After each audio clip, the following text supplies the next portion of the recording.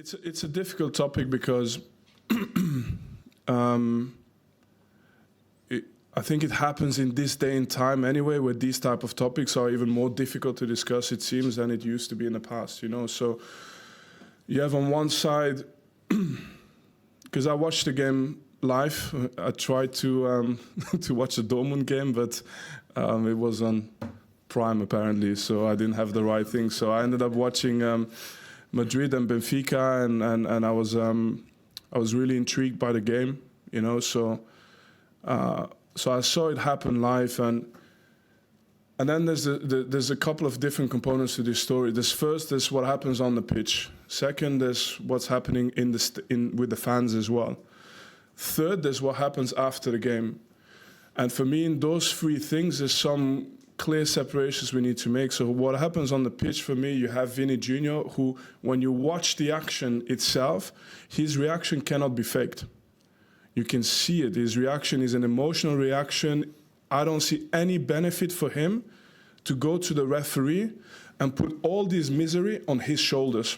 There is absolutely no reason for Vinny Jr. to go and do this. And he does it, and when he does it, I think in his mind, he's doing it more because it's the right thing to do in that moment.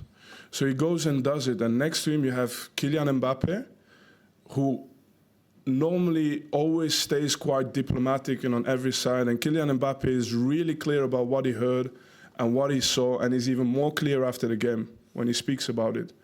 So all of this happens, but then of course you have a player who's hiding what he's saying in his shirt. And on the end, you have this side of it, which I think is a little bit okay. You have a player who's complaining, you have a player who says he didn't do it. And I think unless the player himself comes forward, it's difficult. It's a difficult case. So I understand this. But then in the background, you see in the stadium, there are people doing monkey signs. It's happening in the stadium as well.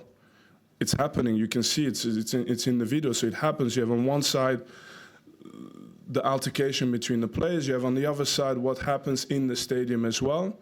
And then for me, even worse, and I'm clear in what I say, is what happens after the game. So after the game, you have the leader of an organization, Jose Mourinho, who uses who attacks the character of Vinicius Jr. by bringing in the type of celebration to discredit what Vinicius is doing in this moment. And for me, in terms of leadership, it's a huge mistake. And it's something that we should not accept. So I'm very clear on that. On top of it, he mentions the name of Eusebio. To say that Benfica cannot be racist because the best player in the history of Benfica is Eusebio. You know what black players had to go through in the 1960s? Was he there to travel with Eusebio every away game? When he went to every place in Europe? Probably at the time, because my dad is a black person from the 1960s also who made his way.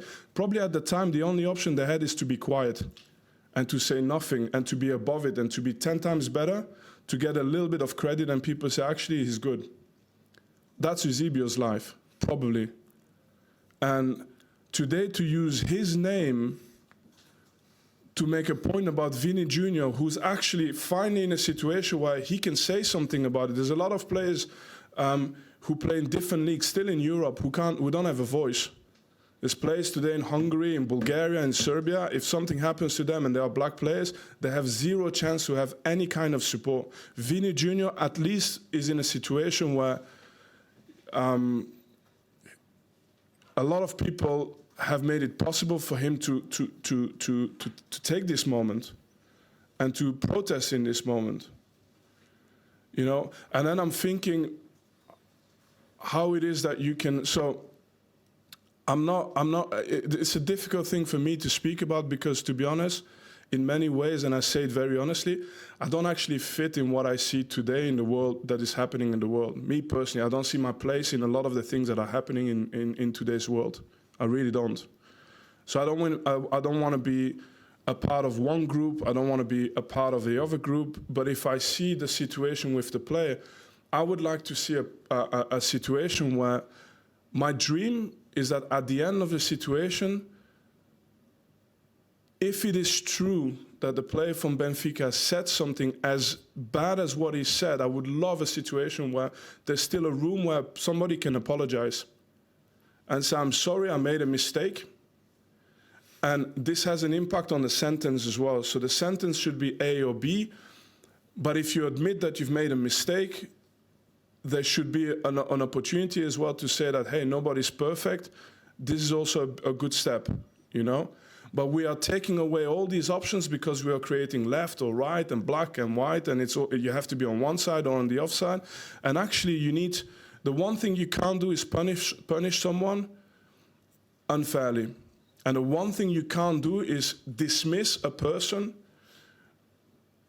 and attack the character of a person who's complaining about something he experienced and something that must be very painful to that person.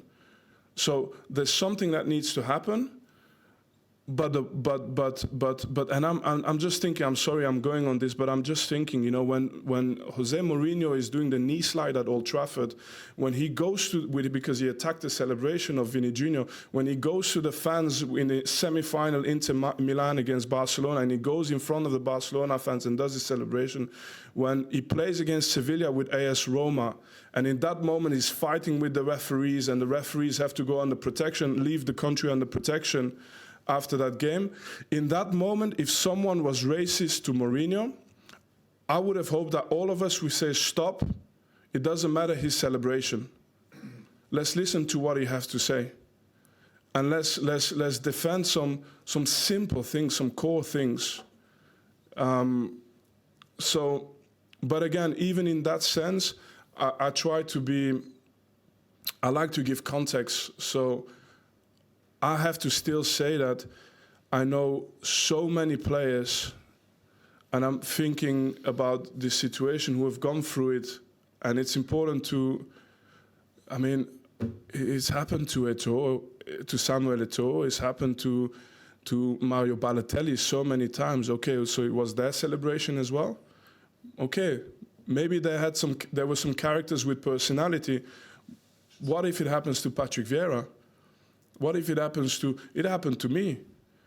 You know, 20 years ago I was in Sevilla, and then we're going to say, oh, it was 20 years ago. Okay, I was in Betis Sevilla. I was there with Cheick Tiote. Cheick Tiote is a player from Newcastle who died with a heart attack when he went to China. An unbelievable person, like a heart of gold. Both of us were 18, 19. We go to this game, and you have the Betis Sevilla fans going on the fences, singing Ku Klux Klan, doing monkey chants, going on the fences like monkeys. And we played a game. I was happy to score a goal in that game as well because of this. And it happened back then. So was it my celebration as well? What did I do? You know, and at the same time, I have to note something. It was also one of the most beautiful moments in my career, because the Betis Sevilla fans of the General Stadium started to boo against the ultras from Sevilla, from Betis.